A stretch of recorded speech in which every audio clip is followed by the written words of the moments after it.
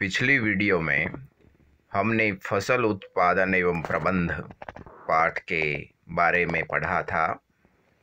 उसमें हमने कुछ कृषि औजार, फसल क्या होती है, रबी और खरीफ की फसल, यह सब हमने पढ़ा था। आज हम पढ़ेंगे कृषि पद्धतियाँ। कृषि पद्धतियाँ क्या होती हैं?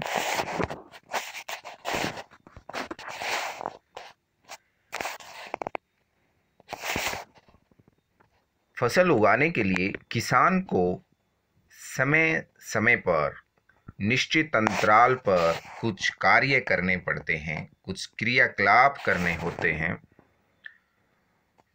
उन्हें, जैसे कि बुआई, बिजाई, फसल की कटाई आदि। ये सब समय समय पर कार्य करने होते हैं समयानुसार। तो इन सभी कार्य या क्रियाकलापों को ही क्या कहते हैं? कृषि पद्धतियाँ कहते हैं। हम इन कृषि पद्धतियों के बारे में पढ़ेंगे। यहाँ पर 7 प्रकार की कृषि पद्धतियाँ हैं, जो कि इस प्रकार हैं: मिट्टी तैयार करना, बुआई, खाद एवं उर्वरक देना, सिंचाई, खरपतवार से सुरक्षा, कटाई और भंडारण। ये सभी कृषि पद्धतियाँ हमें क्रमानुसार याद होनी चाहिए, क्रम से। अब हम एक एक करके इन सभी कृषि पद्धतियों के बारे में विस्तार से पढ़ेंगे। आज हम मिट्टी तैयार करना और बुआई के बारे में विस्तार से पढ़ेंगे।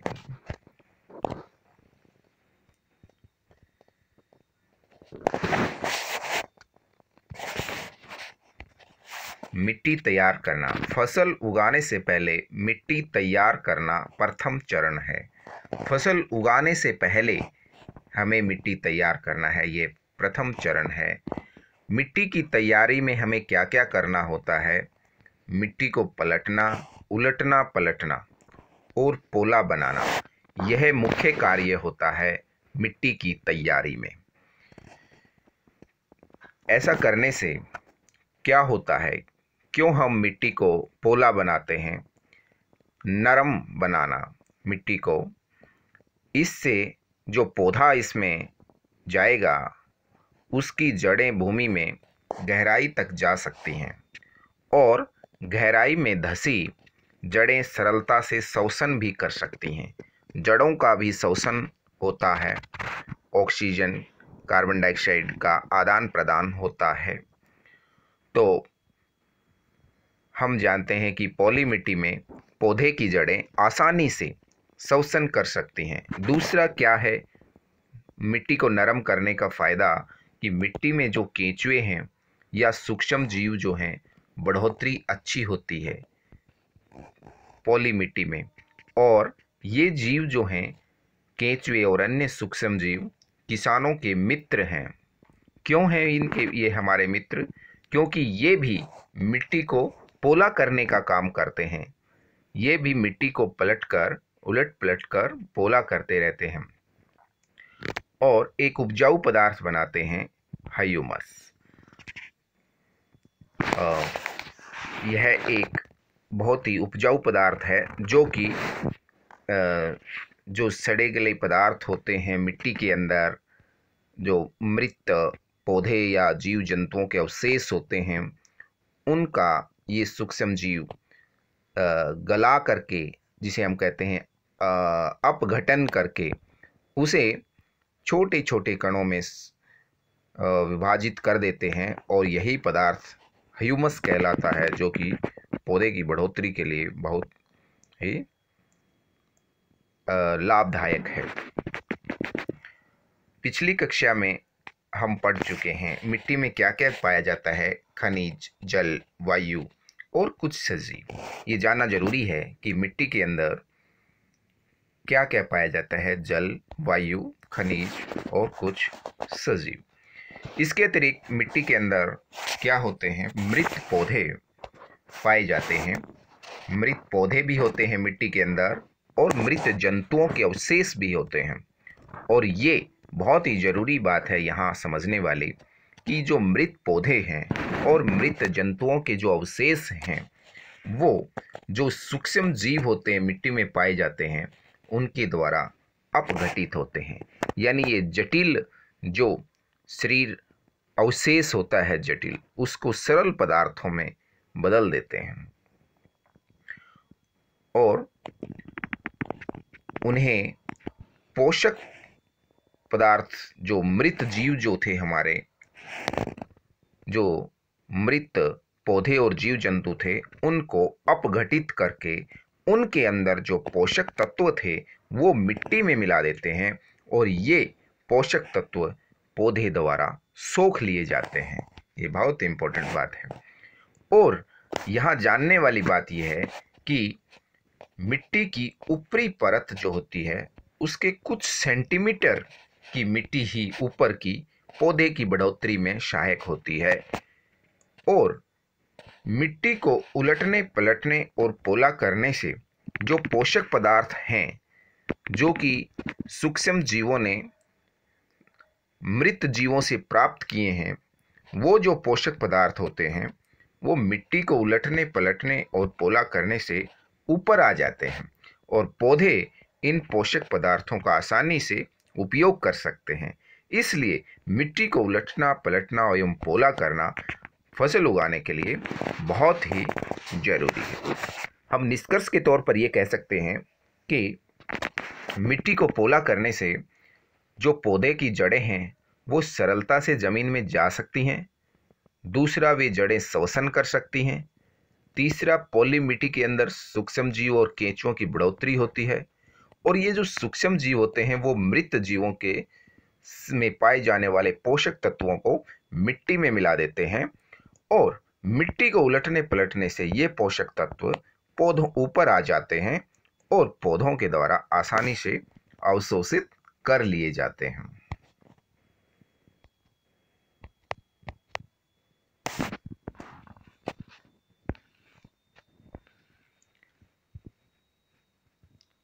यहाँ बहुत विशेष बात, बहुत ही रोचक बात हमारे लिए है कि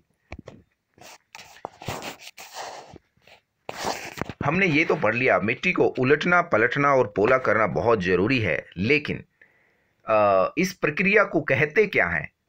जुताई। मिट्टी को उलटने पलटने एवं पोला करने की प्रक्रिया जुताई कहलाती है। यह जुताई कैसे की जाती है? यह हल से की जाती है और हम आगे पढ़ेंगे हल के बारे में, सभी कृषि औजारों के बारे में पढ़ेंगे जो कि हमारे खेत की जुताई करने के लिए जरूरी हैं। यदि मिट्टी अत्यंत सूखी है तो जुताई से पहले इसे पानी देने की आवश्यकता होती है। ये ध्यान रहे चरण, मिट्टी को जोतने से पहले यदि मिट्टी बहुत टाइट है तो उसमें पहले पानी देना जरूरी है। फिर खेत की जुताई होने के बाद मिट्टी के खेत में मिट्टी के बड़े बड़े ढेले बन जाते हैं और इन ढेलों को तोड़ना और समतल करना बहुत जरूरी है। किसकी सहायता से? एक पाटल होता है जो हम अभी चित्र में देखेंगे। पाटल की सहायता से, सुहागे की सहायता से इन मिट्टी के ढेलों को तोड़ा जाता है और जमीन को समतल भी किया जाता है पाटल की सहायता से। क्यों करें हम मिट्टी को समतल?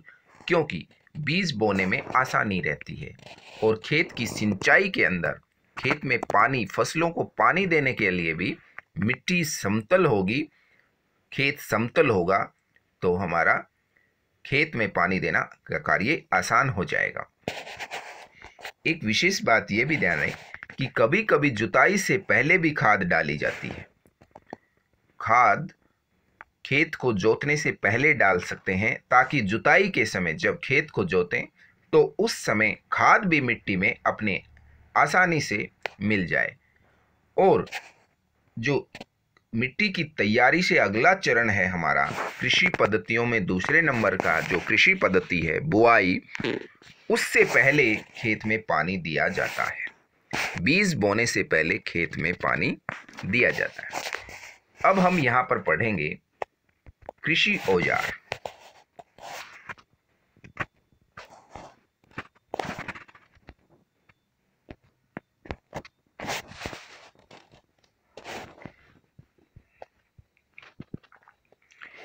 जुताई करने के लिए क्या क्या कृषि औजारों का प्रयोग किया जाता है? हल, जैसा कि हम देख पा रहे हैं, यहाँ हल से जुताई की जा रही है और एक उपकरण होता था कुदाली, और ट्रैक्टर से संचालित होता है एक उपकरण कल्टीवेटर। इस कार्य को करने के ये प्रमुख औजार हैं। अभी हम हल का देखते हैं। यहाँ देख रहे हैं हम 2 बैलों की सहायता से एक मनुष्य आसानी से खेत की जुताई कर रहा है। ये जो लकड़ी का हम देख रहे हैं, एक लकड़ी का डंडा जो है, इसको हम क्या कहते हैं? जोत, जो कि पशुओं के कंधे के ऊपर, बैलों के कंधे के ऊपर रखी जाती है। और ये जो नीचे है हल, इसको बोलते हैं हल। इसका हम चित्र देखते हैं।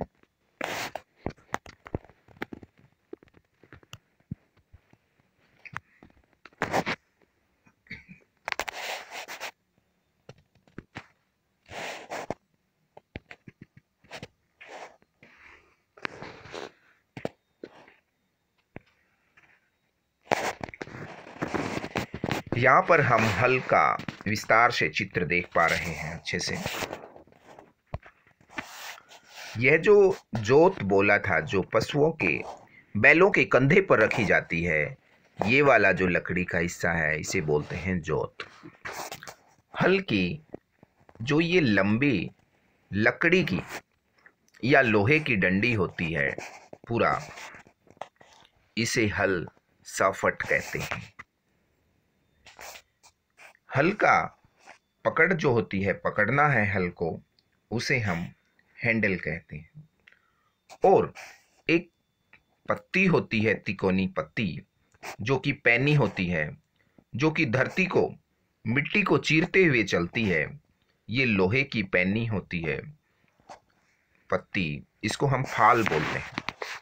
तो यह सभी हल का पहले प्रयोग होता था। अभी आजकल कल्टीवेटर का प्रयोग ज़्यादा होने लगा।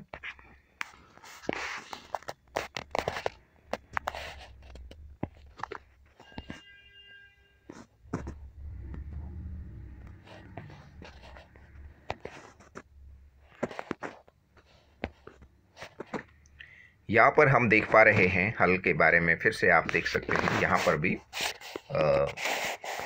कि ये हमारा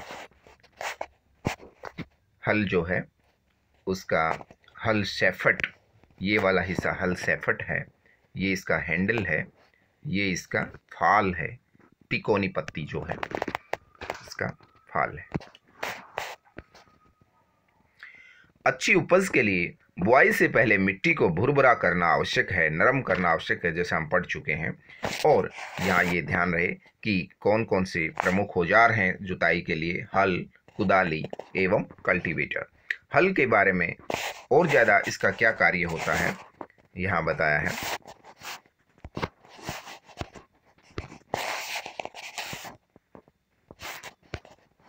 हल, प्राचीन काल से ही हल का प्रयोग किया जाता था।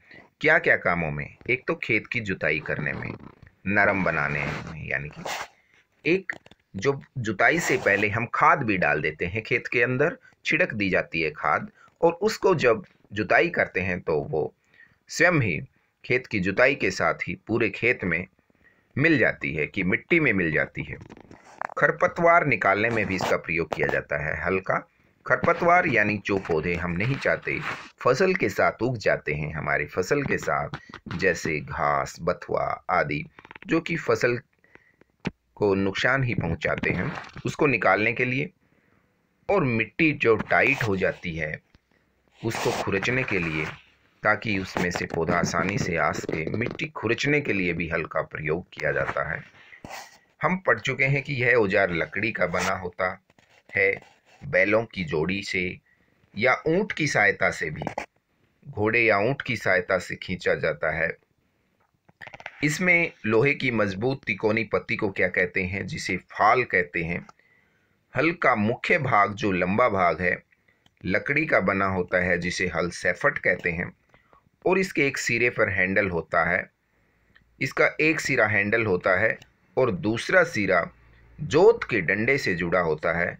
हम जोत पढ़ ही चुके हैं कि जो हल है हमारा, जैसे ये हल है, ये सैफट हो गई, ये इसका हैंडल ऊपर हो गया, और ये तिकोनी पत्ती हो गई जिसे हम फाल कहते हैं, और यहाँ पर एक डंडा होता है जिसे जोत कहते हैं, और ये पशुओं के कंधे पे रखा जाता है।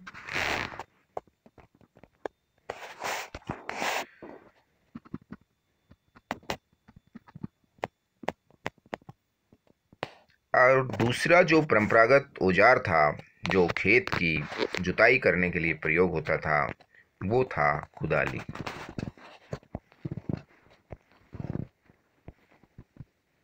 यह जो औजार है आपके सामने है, यह कुदाली है। इसको हम देख पा रहे हैं अच्छे से। इसकी ठीक उसी प्रकार से यहाँ भी जोत जो पशुओं के कंधे पर रखी जाएगी, और जो हल सैफट थी उसको छड़ का नाम दिया गया है।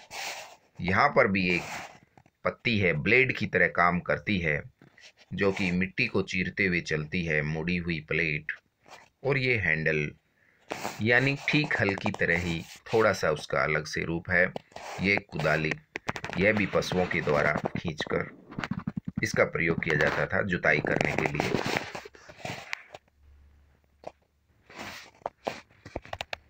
कल्टीवेटर उपकरण हमारा जुताई के लिए। आजकल जुताई ट्रैक्टर द्वारा संचालित कल्टीवेटर से की जाती है। कल्टीवेटर के उपयोग से एवं समय दोनों की बचत होती है।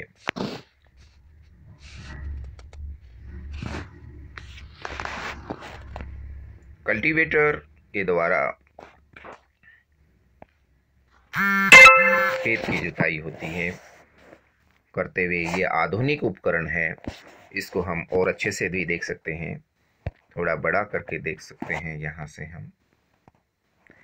एक ये बहुत अच्छा है। खेत की जुताई के लिए एक और उपकरण हम देख पा रहे हैं,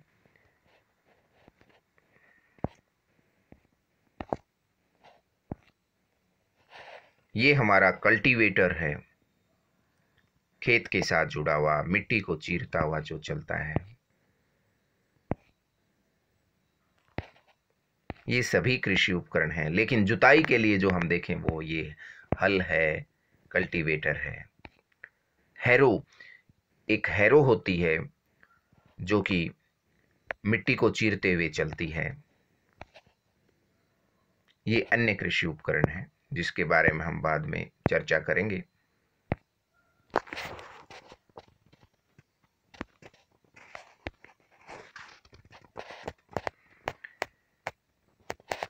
अब हमारा प्रथम चरण कंप्लीट होता है।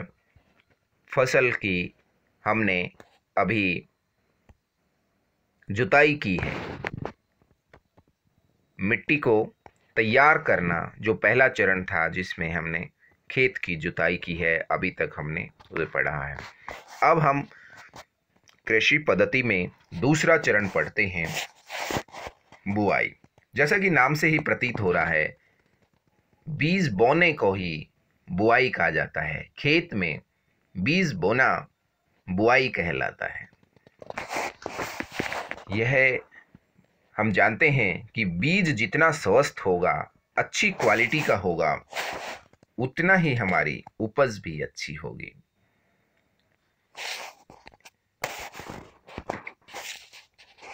यह साफ साफ हम देख पा रहे हैं कि अच्छी गुणवत्ता वाला साफ और स्वस्थ बीजों का चयन करना चाहिए, छांटने चाहिए, क्योंकि वही किसान को अच्छी उपज दे सकते हैं। एक बहुत ही जिज्ञासु लड़की है, वो जानती है कि जानना चाहती है कि स्वस्थ बीजों की पहचान कैसे की जा रही है। हम इसके लिए एक चित्र देखते हैं।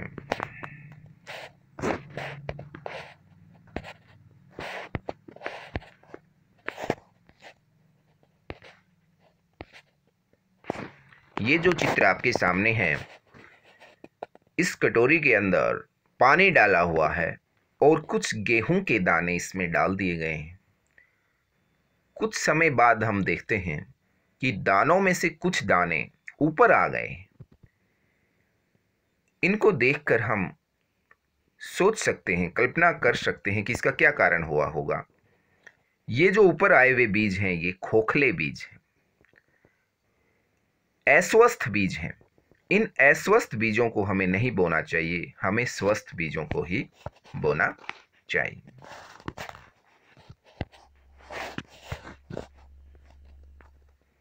यह बीजों के चयन की विधि, ये क्रियाकलाप में वही बताया हुआ है। एक बीकर लें, पानी से भरें, एक मुट्ठी गेहूं के दाने डालें और भली भांति हिलाएं, प्रतीक्षा करें। कुछ बीज जल के ऊपर तैरने लगेंगे। जो बीज पानी में बैठ जाते हैं वो स्वस्थ बीज हैं, लेकिन जो हल्के और खोखले बीज हैं वो ऊपर आ जाते हैं। ऐसे बीजों को हमें नहीं बोना चाहिए। अब हमें बुआई से पहले बीज बोने के औजारों के बारे में जानना आवश्यक है। जिस प्रकार हमें जुताई के लिए औजारों को जाना, इसी प्रकार से हम बीज बोने के लिए जो जो औजार प्रयोग किए जाते हैं, कृषि औजार, उनको भी ध्यान से जानना बहुत जरूरी है। यह जो औजार आपके सामने है, इसे हल कहा है। हल जैसा ही उपकरण है, लेकिन इसमें एक और चीज लगाया हुआ है साथ में, जैसा चित्र में देख रहे हो कि परंपरागत रूप से पहले यही औजार प्रयोग करते थे जब पशुओं का प्रयोग करते थे खेती के लिए। परंपरागत रूप से बीजों को बुआई से इस्तेमाल किए जाने वाला औजार कीप के आकार का होता है। बीज को कीप के अंदर डाला जाता है और यह 2-3 नुकीले सिरे वाले पाइपों से गुजरते हुए यह बीज मिट्टी को भेद कर बीज इसके अंदर मिट्टी में स्थापित कर दिया जाता है। या मेन मुख्य बात यह है, जैसा चित्र में है, कीप के आकार का ये औजार है, इसमें बीज डाला है और यह बीज नीचे 2-3 नुकीले सिरे वाले पाइपों से गुजरकर मिट्टी के अंदर स्थापित कर दिया जाता है। यह परंपरागत औजार था, पशुओं की सहायता से बीज के लिए आवश्यक था। अभी बीज बोने का जो मशीन यूज की जा रही है उसको सीड ड्रिल मशीन कहा जाता है। सीड ड्रिल मशीन, यह जो मशीन है आपके सामने चित्र में, आजकल बुआई के लिए ट्रैक्टर द्वारा संचालित सीड ड्रिल का प्रयोग किया जाता है। इस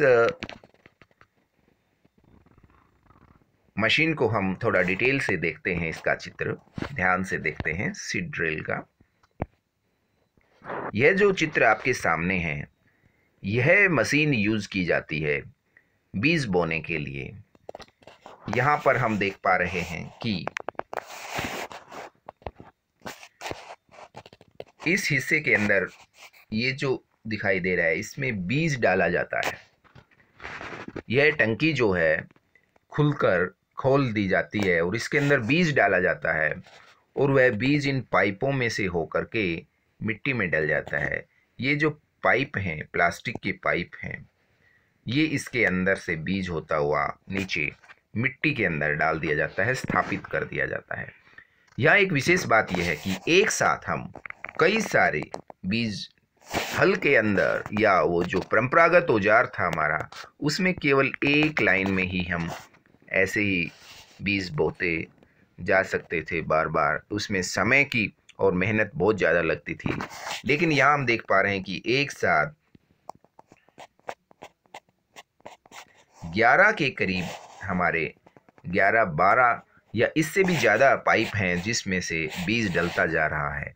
तो इससे हमारा और इस क्वालिटी के साथ भी एक निश्चित दूरी पर बीज डल रहा है और निश्चित गहराई पर भी डल रहा है। यह इस उपकरण के फायदे हैं।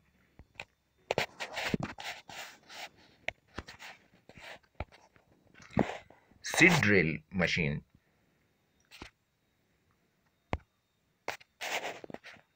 आजकल बुआई के लिए ट्रैक्टर द्वारा संचालित सीड ड्रिल का उपयोग होता है। इसके द्वारा बीजों में समान दूरी और गहराई, ये बात जरूरी है, दूरी समान रहती है बीजों के बीच, एक समान दूरी पर बीज चलता है और समान गहराई पर भी, मिट्टी में गहराई पर भी। यह निश्चित करता है कि बुआई के बाद बीज मिट्टी द्वारा ढक दिया जाए। ये बहुत इंपॉर्टेंट है। यदि बीज ऊपर रह जाएगा, मिट्टी से ढका नहीं जाएगा, इतना ऊपर बो दिया जाएगा तो पक्षी उस बीज को उठा सकते हैं, चुग सकते हैं। और अगर ये ज़्यादा गहराई में डाल दिया जाए तो यह इसका अंकुरित होने का कम चांस हो जाते हैं, इसलिए इसको उचित गहराई पर डाला जाता है। सीड ड्रिल से समय और परिश्रम दोनों की ही बचत होती है। धान जैसे पौधों के बीज पौधशाला में तैयार किए जाते हैं और उन्हें हाथों द्वारा खेत में रोपित किया जाता है। पौधों को अभी धान के लिए, जैसा यहाँ बताया, उसके लिए हम थोड़ा चित्र देखते हैं। धान की खेती का भी हमने इधर चित्र देखा है। यहाँ धान की रोपाई की जा रही है जिससे चावल निकलता है, धान से चावल निकाला जाता है। जैसे यहाँ पर हम देखते हैं कि इस महिला ने हाथ के अंदर, अपने हाथ में कुछ पौध ली गई हैं। ये धान की पौध हैं और ये पौध, एक एक पौध जमीन के अंदर रोपी जा रही है। खड़े पानी के अंदर और जमीन के अंदर पानी है, उसके अंदर इसको रोपा जा रहा है। इसे रोपाई कहते हैं, धान की रोपाई। पहले यह पौधशाला में तैयार की जाती है कुछ बीजों से और फिर इसकी अलग अलग रोपाई की जाती है।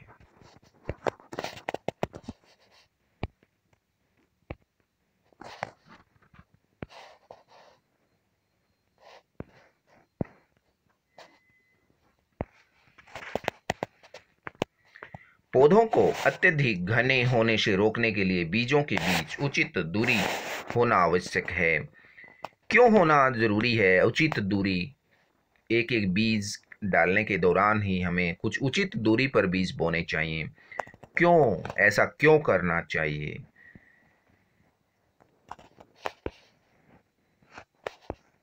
हम सब जानते हैं कि हर पौधे को, हमारी फसल को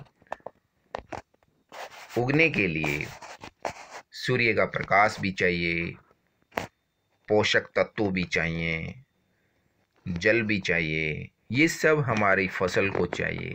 लेकिन फसल के बीच के अंदर, फसल में बहुत घने हो गए हैं, यदि बहुत पास पास बीज हो गए हैं, पास पास पौधे होने से हर एक को उचित जल, पोषक तत्व और प्रकाश आदि मिल नहीं पाएगा। इसलिए अधिक घनेपन होने के कारण उनमें से कुछ पौधों को निकालना भी पड़ता है।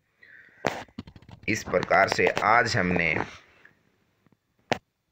कृषि पद्धतियों में मिट्टी की तैयारी और बुआई, ये दो कृषि पद्धतियां विस्तार से हमने पढ़ी हैं।